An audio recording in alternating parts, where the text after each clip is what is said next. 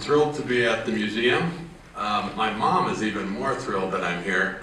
When I give my mom a rundown of where I'm going to be for a week, she'll say, "Oh, there's such a great museum in that city, you just have to go." She has spent 45 years volunteering at the Denver Art Museum, and she loves this museum, and when I told her that I was going to be here, she was so excited. I'm excited that the museum is partnering with A+Up. I absolutely love that idea, Scott. It is when I started working for Bill Gates in 1999, the first thing he said was, "I'd like you to spend about 6 months visiting schools and then come back and tell me what you think we should do." I mean, isn't that the coolest gift that anybody could ever get?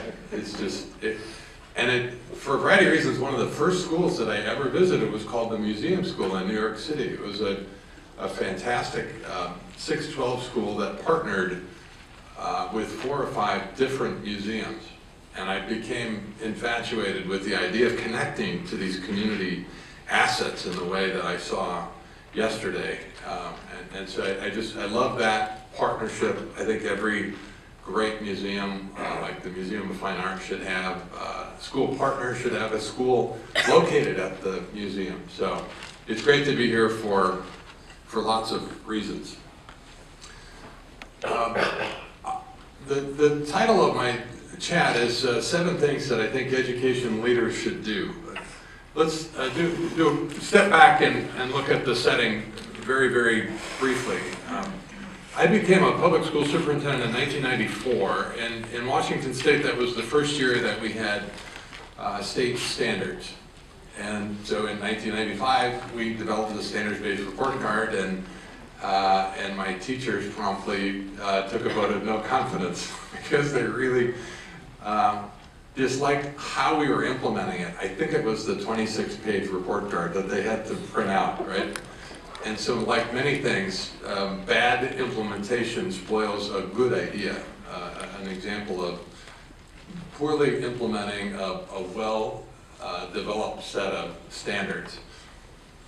And for a lot of reasons, that whole approach to setting standards and testing kids and holding schools accountable hasn't worked as well as it should. I would say Houston is among the cities that has done better than most and took advantage of the fact that we actually had more information on our kids and that we could begin thinking more deeply about systems that produce equitable outcomes. But by and large, that approach just hasn't worked as well as we hoped. But the interesting thing is that in that same year, in 1994, a couple other things happened. A new nonprofit called Wikipedia was launched. And the Time magazine ran a story that had 3 initials on the cover, www. And a few people began to realize that this thing we call the internet might actually be an interesting opportunity. So 1994 is the year that I consider the beginning of the anyone can learn anything, anywhere phenomenon. But by and large, these 2 tracks have been sort of parallel paths for the last 20 years. But the exciting thing is that we're beginning to see a very cool intersection, the development of new tools that's allowing teachers, teams of teachers, to develop really interesting learning experiences. And it's that combination of new tools and new learning environments, new sequences of human development that I'm very excited about, that I think hold the promise to dramatically improve achievement and completion rates for Houston kids, and perhaps even more importantly, to connect hundreds of millions of young people around the world to the idea economy. So I think in our lifetimes, we have a better chance to help people than we have ever had. I call it the next generation learning opportunity set. It has 3 components. The first is that it's blended, that it combines in interesting ways online learning and face-to-face learning. It's hard to believe that iPads only came out in 2010. But by 2011, when I visited Jeffers in Las Vegas, I spent an hour with these 5th graders, and it was the most intensity that I've seen sustained for the longest period of time for that larger group of kids. And that experience taught me that really well-developed software in a well-constructed learning environment really could boost motivation and persistence. And that this game-based software called ST Math, because it provides such good instructional feedback, allows kids to create hypotheses and then test them and then get instructional feedback. And so a very good use of gamification, a good use of touch technology,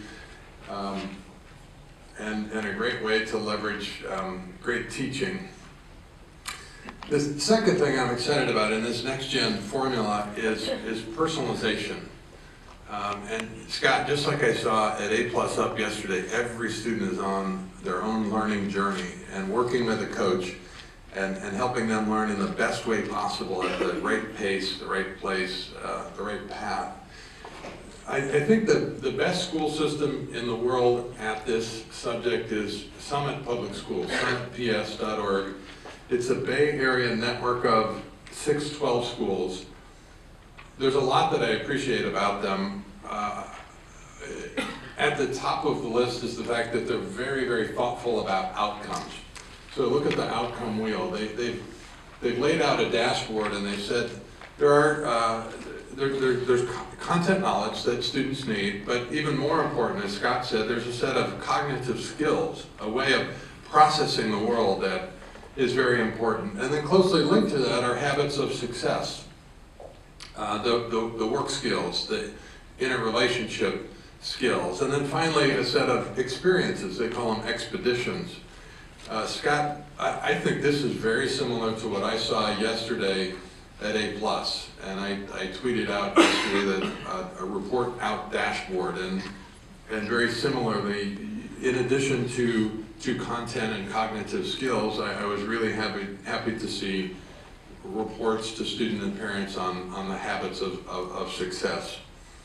The unique thing about Summit is the way they combine playlists and projects. And so for me, this is a beautiful picture of what personalized, and blended learning could look like. You think about your iTunes playlist. In the same way, students can have a personalized digital playlist of learning experiences. And those do the skill building that prepares kids to engage in really interesting projects, often team-based, community-connected projects. So it's a great picture of what blended learning can be. And perhaps one of the 3 or 4 best examples in the country of a team building an interesting learning environment and building a platform, and then iterating both simultaneously using sort of lean startup strategies. But it's really that combination of organizational design and technology development, sort of OD and IT, iterated together, that is the great opportunity set of our time. And then finally, in the next-gen formula, competency-based, which means kids show what they know and they move on as they demonstrate mastery. And some schools, like KM Explore, have figured out what to do with those old textbooks, Scott. They made coffee tables out of them. And that, I'm an amateur carpenter, so I checked that out. That took a lot of glue and screws to pull that off. But one of the parents made those. KM Explore is an interesting little Milwaukee area district, and I love it for a lot of reasons, but the superintendent is very savvy. She's very aggressive about creating powerful learning experiences for kids, but she's very savvy about the speed at which her parents and her teachers are ready to move. So KM Explore is one example. She had a group of teachers and a group of parents that were ready to move. So she cut the school in half, and half of it became an in-district charter, a group of parents and a community that was ready to rock. And they created the student-centered, competency-based, multi-aged environment that I find really exciting, the kind of place I'd want to send my kids. Across the hall, there's a much more traditional elementary school, still grouped by grade level. So that superintendent has recognized that parts of her community are ready to move faster than others, and she's created accommodation to do that. And in her high school, she's created 3 different small high schools of about 50 students that are also in-district charters, and they're right inside their high school. There's a health sciences school, a performing arts school, and a global studies school. Sort of a school within a school, and again, recognizing that some parts of her community are ready to move more quickly than others. One of the best examples of putting this all together is the Next Generation Learning Challenges, and I'm thrilled that you're having Andy Calkins visit. Andy leads that Next Generation Challenges work. For the last 4 years, that's been a national new school grant program. It's been available for people that want to start a new school or transform an existing school. And I've been a judge for that program, so I know the criteria is very well developed, and it's a thoughtful application process. The exciting thing that's happened in the last 2 years is that communities are beginning to adopt that, and we've seen national foundations funding these local, regional new school grant programs. So Denver and New Orleans and Chicago, Washington, D.C. are among the cities that have this exciting grant program available. And Andy will tell you more about that next month. So I would, with Kat's help, I want to take a few minutes and just ask you what you're excited about. What feels like in Metro Houston, what's heading in the right direction? What schools do you see that are making exciting progress? So what are you guys excited about? Ryan, anything you see heading in the right direction? So I think the arts, especially in Houston, is going in the right direction. I think there's a notion of not only in schools, but the community recognizing art as something that should be integrated throughout subjects. Awesome. So I mentioned last night that I think High Tech High is one of the best STEM schools in the country. It also happens to be the best art school that I've ever visited. At least the visual arts are just compelling. When you walk in the door, the place is full of extraordinary student art. And so I love how they are combining a really rigorous science, math, and engineering education, but with spectacular student art. And they find those ideas really compatible. And the exciting thing about these new technologies is that it really does enhance the ways that kids can create and then share what they're learning and what they're producing. Thanks. Kat? Hi, I'm excited about the growth of computer science education and the new partnership with Houston ISD with Code.org. Great. And it's going to be an enormous growth because they're integrated into every subject area. Thank you. If you go to my website is gettingsmart.com, and if you go to the publications tab, the last paper that we produced was a paper on coding. And it outlines a lot of K-12 coding opportunities. So we're excited about that, both in terms of employability, but also the great opportunity it is for critical thinking. So thank you. Hi. Hi, I've gotten to visit a couple of the Yes Prep campuses recently, and the culture in those schools is amazing. All the kids are smiling, and all the teachers are smiling all the time. So say more about that. Like, what do you think the formula is? Do you have a sense of that? I think there's a lot of just like joking around between teachers and kids kind of outside of the classroom that allows them, when you're in the classroom you're focused, but outside we can joke and have fun. There's also something about scale. I mean, some of you may recall that I spent 10 years advocating for schools that promoted rigor, relevance, and relationships. And the fact that their schools are about 400 kids means every kid on that campus is known by every adult, right? So it's an intimate setting with sustained adult relationships. And for most of us, learning is rooted in relationship, and they start there, right? So, thank you. Hi. I was visiting with a colleague at the Kincaid School, and I was able to see a lot of work that they're doing with students, allowing them to play around with Scratch and makey, and a lot of the fun hardware and software that's involved there. So this sort of connects to art too, right? The maker movement is really exciting. and creative. So thank you. One challenge for educators is just making room for that, right? Making room for maker, making room for opportunities for kids to go deep. So whether it's after school or during school or summer school opportunities, the new tools are making it much easier for kids to get involved in lots of creative activities. Morning. Good morning.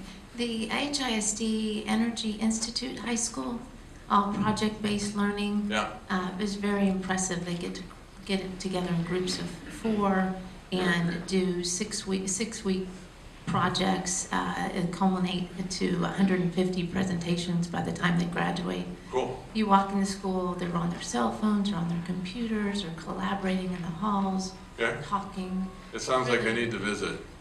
It's really an impressive school. Like they do chemistry and physics together, 2-hour classes. It's a very impressive school, non-traditional. So it's easy to engage kids with projects. It's just hard to do it well, right? So schools that really do construct rigorous projects that are rigorously assessed for kids to produce world-class products. Those environments are unusual. So it's great to hear about that, and one that's sort of connected to a career space where kids have opportunity to be around adults they can imagine themselves becoming. So, thank you. Hi. Hi. We have a school in Highlands, Texas, which is about 30 miles east of Houston, and it's a private boarding school for low economic kids. Oh, that's great. And we've got SAT scores 200 points above the state average. 100% go to college, 85% graduate. 36% of those get postgraduate degrees. But it's been a lot of living on campus with a family and blending all of that. But here, it's small, but a lot of success. That's awesome. One of the second schools that I visited back in 1999 was the Seed Academy in Washington, D.C., which is also a residential school. And every city ought to have a really good residential program for kids that just don't have a stable home life situation. So that's great to hear about. Thank you. Hi. Hey, good morning. So I'm here with a team of people, and we are teacher educators at the University of Houston, and work as technology people and also instructors, blending people going out to visit schools, blending, opportunities to go out to school, opportunities to learn from technology, opportunities to really think about what schools can be. And we need all of these schools of course. So we wrote a paper last year called Preparing Teachers for Deeper Learning, and the interesting thing is that we made the case that teacher preparation and development should follow the same formula, that teachers should have a personalized learning plan, that they should benefit from blended learning. Some should be just in time on their screen of choice. Some should be team-based, right? And that they should have a chance to demonstrate mastery. They should be able to progress based on demonstrated mastery. So very similar formula for teacher preparation and development, and lots of new resources like the teaching channel. Those videos on the teaching channel, things like that are really a great way to promote teacher development. Thank you. Hi. I work at Lamar High School, and so many programs that we hear about are done with 400 children or 200 children or 50 kids. Right. And we have 3,200 children. And we are building a new building, thanks to the recent bond issue, that's going to put some of these ideas in stone. And it's really a huge challenge. And it's a great, exciting time, but it's a massive effort on the part of so many teachers, and to include a lot of this new approach in something that's a very old place. So it's going to be interesting in the next generation to test this old rule of thumb. But for 100 years, people that developed really good schools stuck to about 100 kids per grade. And we've seen this giant explosion of big facilities in the last 30 years. Two thoughts on this subject. I think it will be possible in the way we construct new facilities to promote strong relationships, and that might be a series of academies or pods. Because I do think sustained adult relationships have been and will be really, really important. But I also think personalized learning plans and tools that support those plans are going to help us personalize learning even in a 3,000 student school. So I think it's a challenge it's a different challenge than the Yes School that we talked about, right? We have 400 kids on campus, and sort of personalization just sort of comes with that scale. So it's a different challenge, but I think we'll invent new ways, both architecturally and technology-wise, to make a big campus feel really personal. I was in Wenchie in spring 2 weeks ago, and I think they do a pretty good job, in part because they have all those career academies of making it a really personalized environment. So I think there's a lot of opportunity there. Hey, I work for HISD with first-year teachers, and the one-to-one initiative has been a good example of like a great idea. Implementation has been a little tough, but I have one teacher last year at Sam Houston High School, and he has used, with all of his kids having laptops, he uses nearpod.com, and so the whole class is like structured with that Nearpod sequence. But he offers a lot of personalization while still living in this highly tested, standardized biology 9th grade environment. So it looks like, you know, I'm going to give you a little bit of information, you research, you know, all these different viruses and come back to me, and then I'm going to send out a check for understanding that's really good, see how everyone does, and revisit. It's awesome. It's a good example of like living in that structure with personalization. So as rocky as the HISD tech rollout has been, it's the best in class. So it gets worse from there.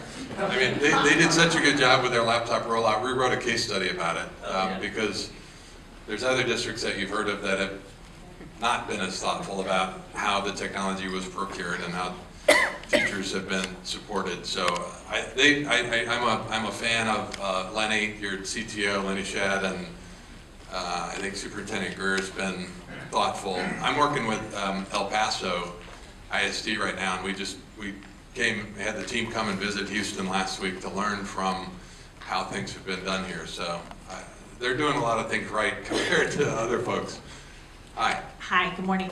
I am cautiously optimistic about an emphasis on the connection between workforce needs and education in Houston. I think Houston is in a different space than a lot of other urban environments in the country in terms of really trying to meet the workforce needs, and I think that education is trying to respond to, we need to educate a lot of different kids in a lot of different ways, and I think that creates opportunity. It'll be interesting to see how we rise to the occasion to do that.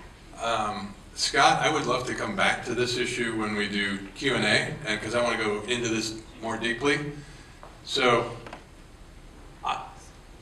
you know, for good and bad, I feel like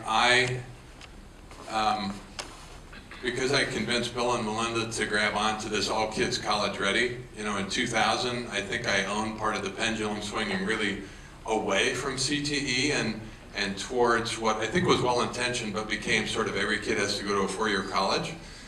And since the Great Recession, we've had this plummeting ROI from traditional college, and we've had this explosion of really new, interesting post-secondary opportunities, particularly in CTE.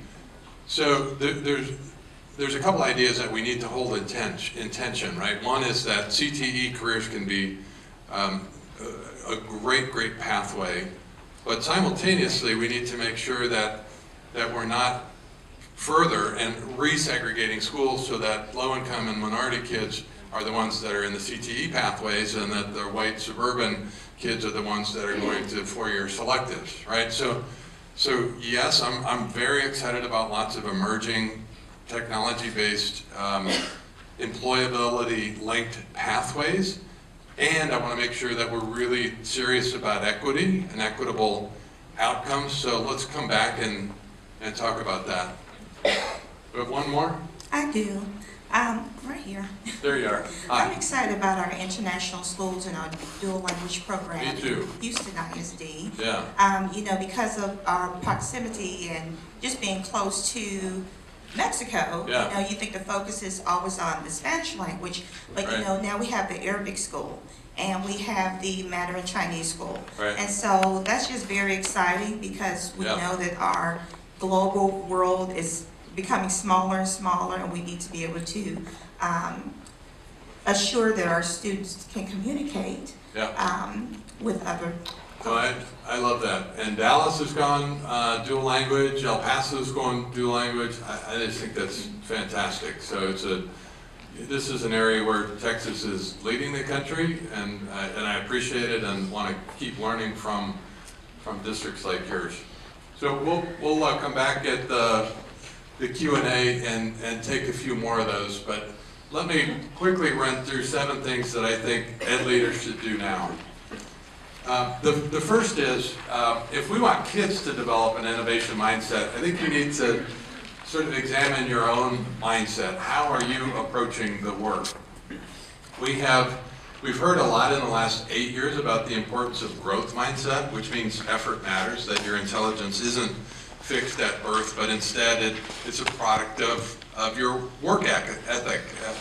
That working hard increases your ability to make a contribution. So a lot of us are more attuned to growth mindset, but in addition to that, there was a comment about the maker movement and how important creativity and initiative is becoming. And so we've added that to the equation, and also collaboration and working in a team. And when you put those together, the business literature calls that an innovation mindset. And I think we need learning environments that are inculcating this sort of an innovation mindset. But that really starts with us as educators and thinking about the mindset that we bring to our own work.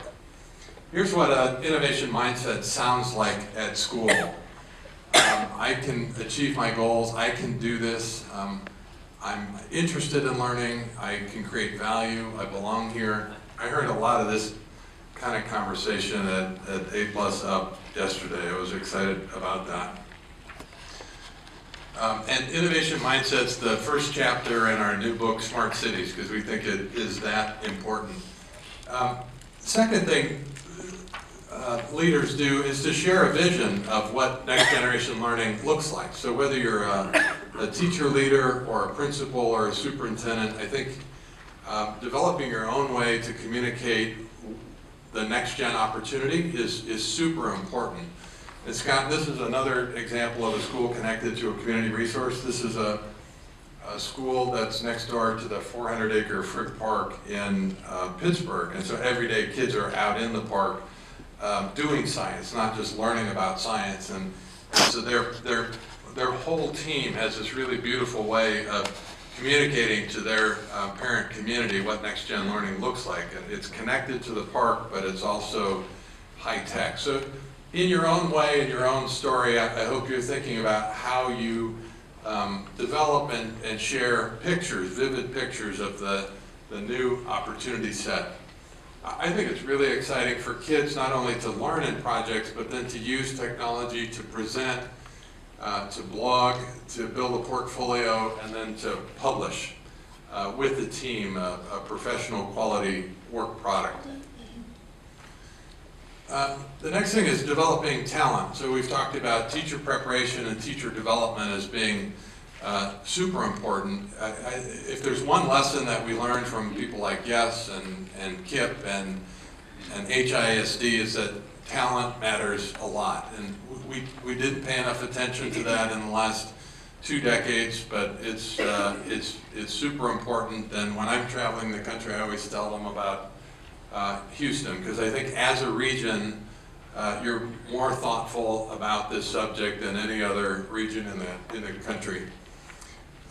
Summit has this really great system where they have 7 dimensions of effective teaching, and they have 4 levels. And so every teacher demonstrates mastery at a level to his or her community. So to students, to parents, to peers, as well as their supervisor. So they take feedback from all of those stakeholders very seriously on a broad, appropriately broad dashboard of indicators. And just like the kids, where they want to create a competency-based environment, the teachers work in a competency-based environment, and one where you're able to move relatively quickly through their system. I'm on the board at Bloomboard, which is a development platform that helps teachers develop individual growth plans and then connect those to online resources. One of the things that has always been important but is more important than ever is identifying and developing teacher leaders. Because so much of this new technology is free and widely available, teachers are finding and putting it to work in their classroom. And so if it's ever been possible for superintendents to impose an agenda on a city, is less possible now. A different approach is to find out what teachers are actually doing, what's actually working, and to identify and then support those. Mike Cowan is the Mesa superintendent. This is a big Phoenix area district, and I love the approach that he took, where he created a mini grant program for teachers, and then he hosted an EdTech conference. So they took over the whole convention center and invited selected vendors to come in, and then he gave teachers 2 days to spend at the conference and then to develop their proposals. And teams of teachers won mini grants, and these grants were really well informed by the conference they held. So I think that was a nice sequence of learning experiences for teachers and then rewarding their initiative. I'm excited about what blended learning means for teachers, the fact that we can create environments that work much better for teachers.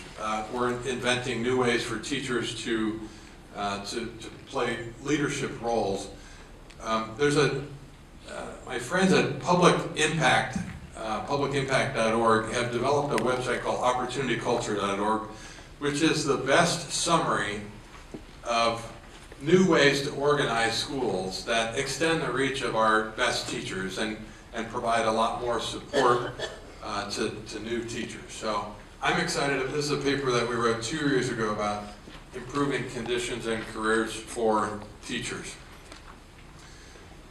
The next thing to do is to plan for access. That's a picture from one of the Apollo schools. I think, as I mentioned, we have featured Houston's EdTech efforts in a couple different ways. But it's time for every district to plan for high access environments, and not just to let that happen, to put it on a time frame and to be able to tell your community every one of our students is going to be in a high access environment, that have really good access to technology by 2016 or 2017, and then work towards that. I'm excited that most districts are incorporating bring your own device, BYOD. The majority of US districts finally dropped the ban on cell phone and are at least allowing teachers to make decisions about when and how they can be used. If you want to learn more about how to do this really, really well, Mark Edwards is there in the middle talking to 2 governors. His 2 books are Every Child, Every Day, and then a new book that just came out on distributed leadership called Thank You for Your Leadership.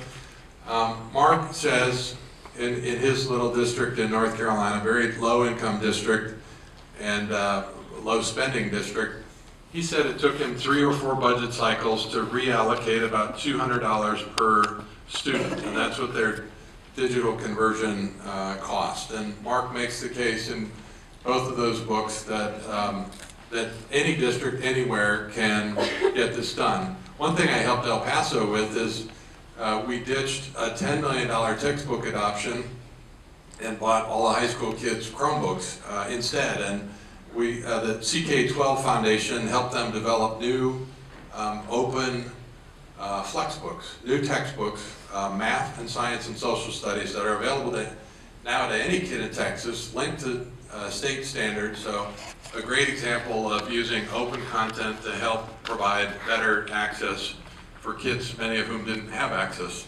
Supporting new models, I've talked about how important that is, but I think districts and cities and states can do more to help promote support for the design opportunity that teams of educators need.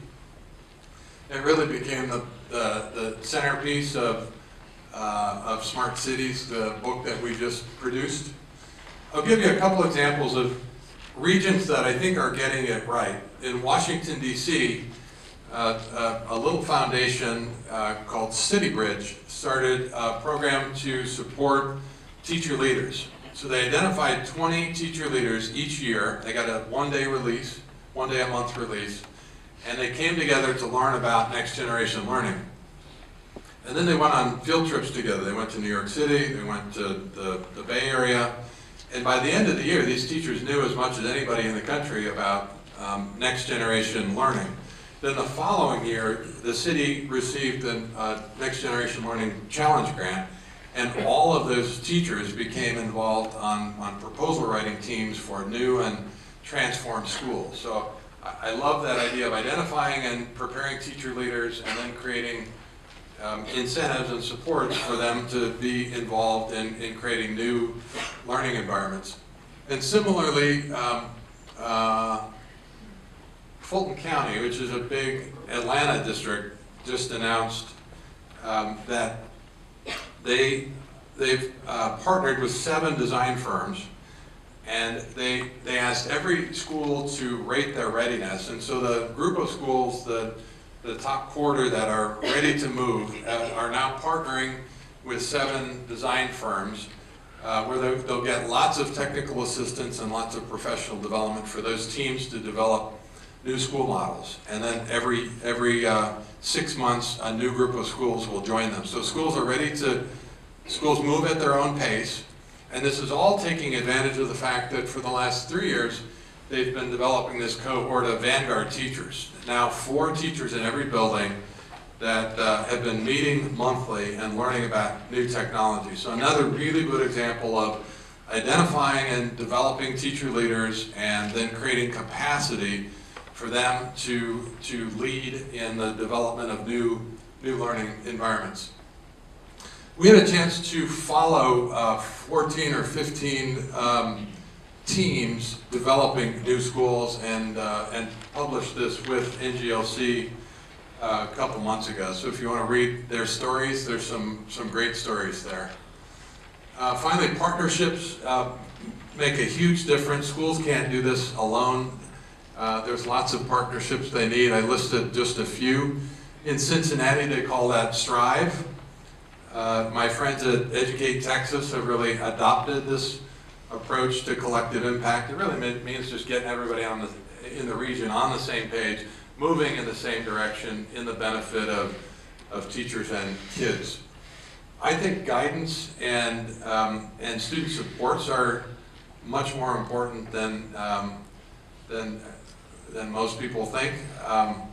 We wrote a paper on that a few months ago that outlines 12 things that every high school student should benefit from. And finally, partnerships are really about conversation, and I think education leaders need to be conversation leaders in their community.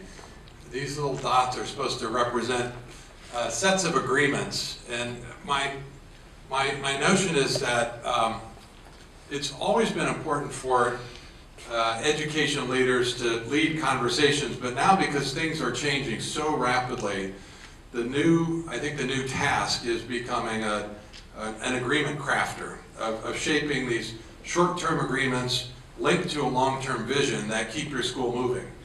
And so an example of this would be an agreement that you might reach with your teachers and your parents would be what's going to be different and better about our schools in 2015-16, like next fall. What's that set of agreements? And then what do we think that will look like next year? And what does that mean for talent development? And what does that mean for technology development? So a series of agreements that are reconsidered at least every year because it's very hard to predict how things are going to play out. We're in the early innings of a learning revolution, and it means that education leaders need to be conversation leaders and constantly reshaping community agreements. And finally, because this stuff is really hard and takes a long time, the bottom line is you just need to stick around for a while. And that's why I think it's great that Terry has been here for 7 years. I hope you get 3 or 4 more from him. Sustained leadership, not just from the superintendent, but from from partners. You've been at A+ now for 7 years. 7 years. So I think that's super important for a community of leaders to lock arms on behalf of kids and sustain that effort over a long period of time. Every success that I found in the United States was a function, in part, of this sort of sustained leadership by a broad coalition of caring adults. You can tell I'm excited about what's happening. I think we have the best chance we've ever had to make a really big difference for kids, and we can create environments that are much better places for our teachers to work. Not just in Houston, but also in Nairobi. This young lady I met in Kibera, one of the biggest slums in the world, and she happened to go to a pretty good elementary school, but I think about the high school that we can build for her. And the work that you're doing in Houston is helping to benefit how we think about the high school opportunities that she will have. I think with open content and inexpensive devices and these new blended formats, that we have a chance to create a really good high school for her.